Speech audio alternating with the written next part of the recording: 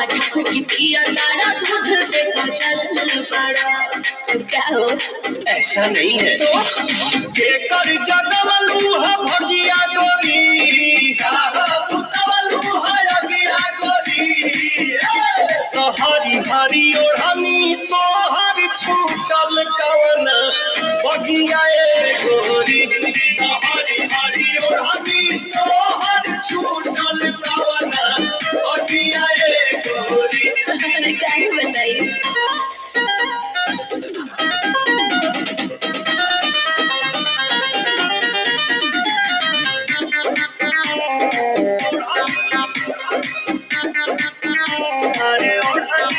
दिन रहे कौन न देखलू कलेंडर कैलू बगानी में जवानी सरेंडर खेले टेंडर हो पी के बलेंडर ऐसे